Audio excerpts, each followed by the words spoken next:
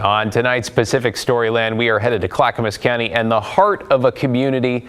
Folks meet there for coffee, they reminisce, and they celebrate what you might call an old school love story that brought the place back to life. Catherine Cook and photographer Corey Long take us there.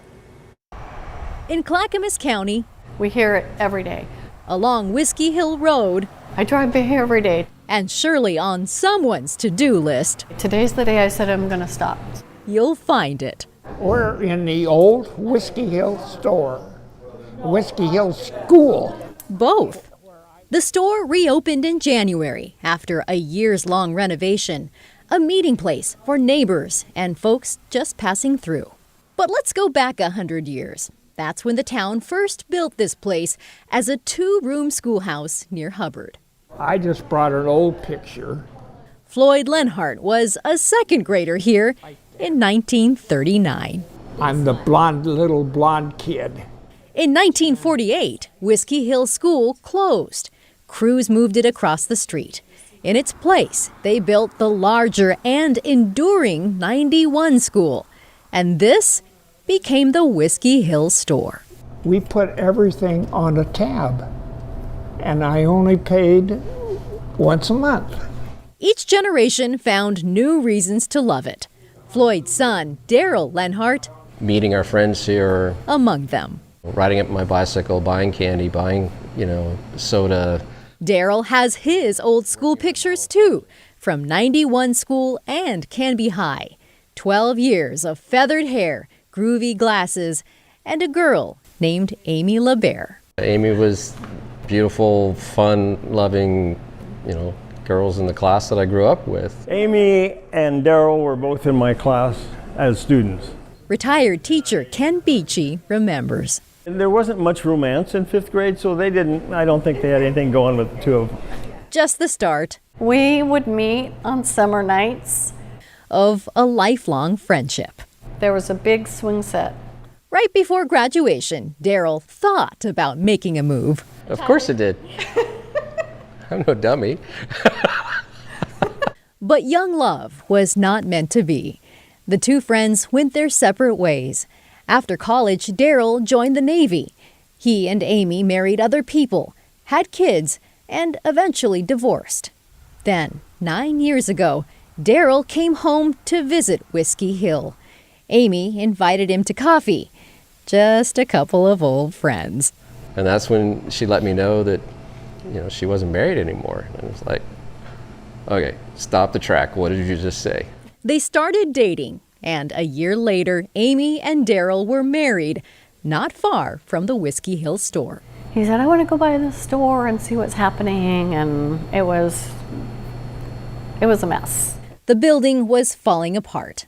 Garbage and junk covered the property. It's so sad because we had so many wonderful memories as children coming to this place. The store was in foreclosure, a process that dragged on. We had been waiting, praying, hoping for 2 years. Finally, in 2019, the couple's dream of buying the store came true. And I just started sobbing. Then they got to work. I was sort of amazed when they took this project on because it was so, where we are sitting was a big hole. The two of them held a meeting over here at the school, invited the community in, and just raised the question, we're going to buy this store. What would you like to see it be? I think it was a collective statement of what we wanted to give back to the people around here that made such an impact on our lives when we were young. Yeah, the community support's been completely overwhelming. Friends and neighbors volunteered more than 500 hours of work. On some nights, the couple was too exhausted to even cook. And somebody would just say, I'm bringing you dinner. It was just almost like, again, God's hand to go, I just want to show you that this is bigger than just you two. Darryl and Amy rebuilt the living quarters and moved in. They added 2 rental rooms, and in January, they reopened the Whiskey Hill store. It's everything they dreamed it would be. We're the heart of the community. Thanks, you guys. A place where every day feels like a class reunion for guests. They turn around and they're like, Ken Beachy, I haven't seen you in 25 years. And then they sat and they talked for half an hour. These are good people here. Some days, it's still hard to believe. We'll walk out to the street to get the mail and turn around and look at it and go, you know, this happened. Can you imagine that? Something tells me you don't have to keep a tab here anymore. No, I don't. It's their labor of love. It's grueling, but it's wonderful. It's home. It's good to be home. In Hubbard, It's beautiful out here. Catherine Cook, KGW News. The heart of the community there. Catherine would love to hear your ideas for Pacific Storyland. You can text her at this number. It's 503-226-5088. Or if you're an email person, email your idea to pacific-storyland@kgw.com.